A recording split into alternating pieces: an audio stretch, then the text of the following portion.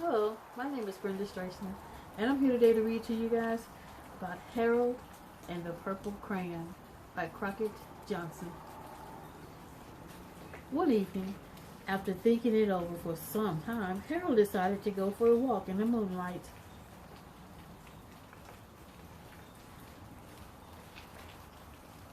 There wasn't any moon, and Harold needed a moon for a walk in the moonlight, and he needed something to walk on.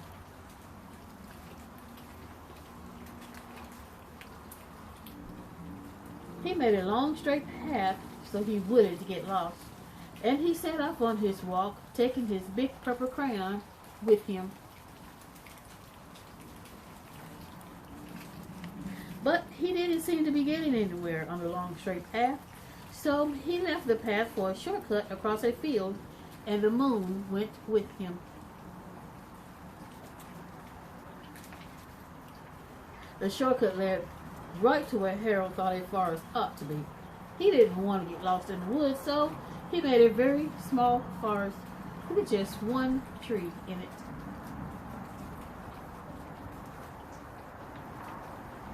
It turned out to be an apple tree. The apples will be very tasty, Harold thought, when they got red.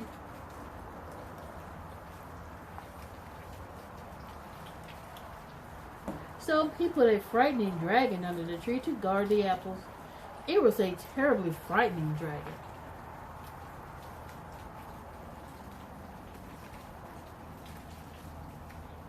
It even frightened Harold, and he backed away. His hand holding the purple crayon shook.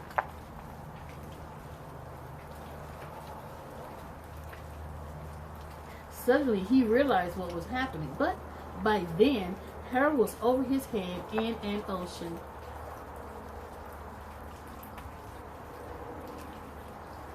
He came up thinking fast, and in no time he was climbing aboard a trim little boat.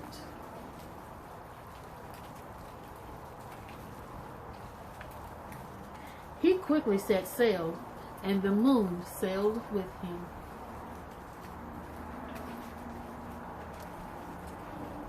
After he had sailed long enough, Harold made land without much trouble. He stepped ashore on the beach, wondering where he was.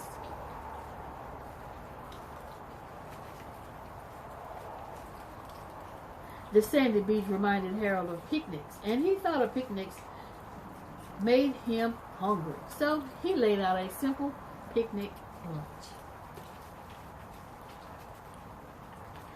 There was nothing but pie, but there was all 9 kinds of pie that Harold liked the best.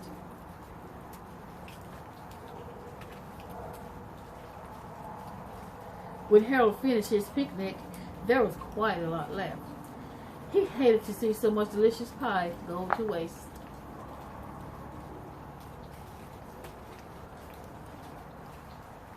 So Harold left a very hungry moose and a deserving porcupine to finish it up. And off he went, looking for a hill to climb to see where he was.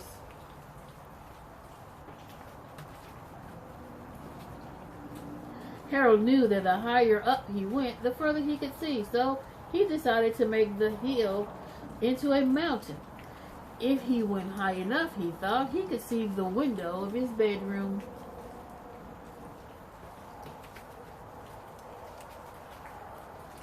He was tired, and he felt he ought to be getting to bed. He hoped he could see his bedroom window from the top of a mountain.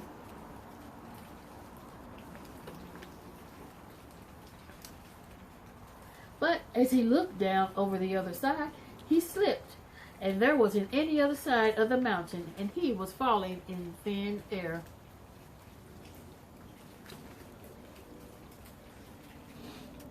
But luckily, he kept his wits and his purple crayon. He made a balloon, and he grabbed onto it.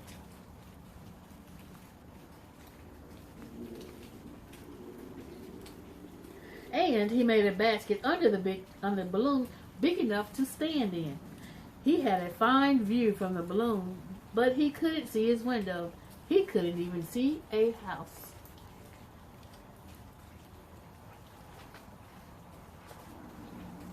So he made a house with windows, and he landed the balloon on the grass in the front yard.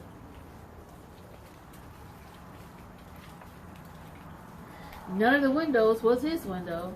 He tried to think where his window ought to be.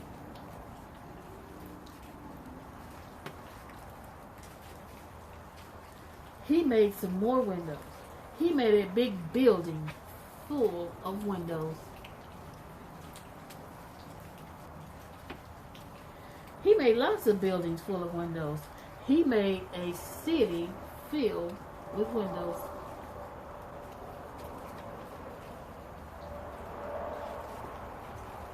But none of the windows was his windows. He couldn't think where it might be.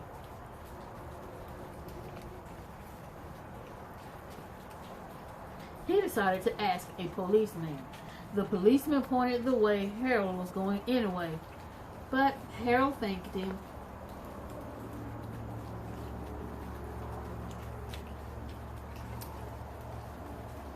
And he walked along with the moon, wishing he was in his room and in his bed. Then suddenly Harold remembered.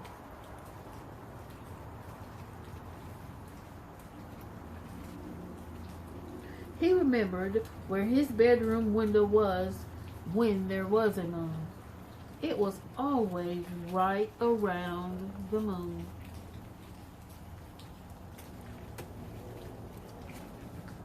And then Harold made his bed. He got in his bed and drew up the covers. The purple crayon dropped on the floor, and Harold dropped off to sleep.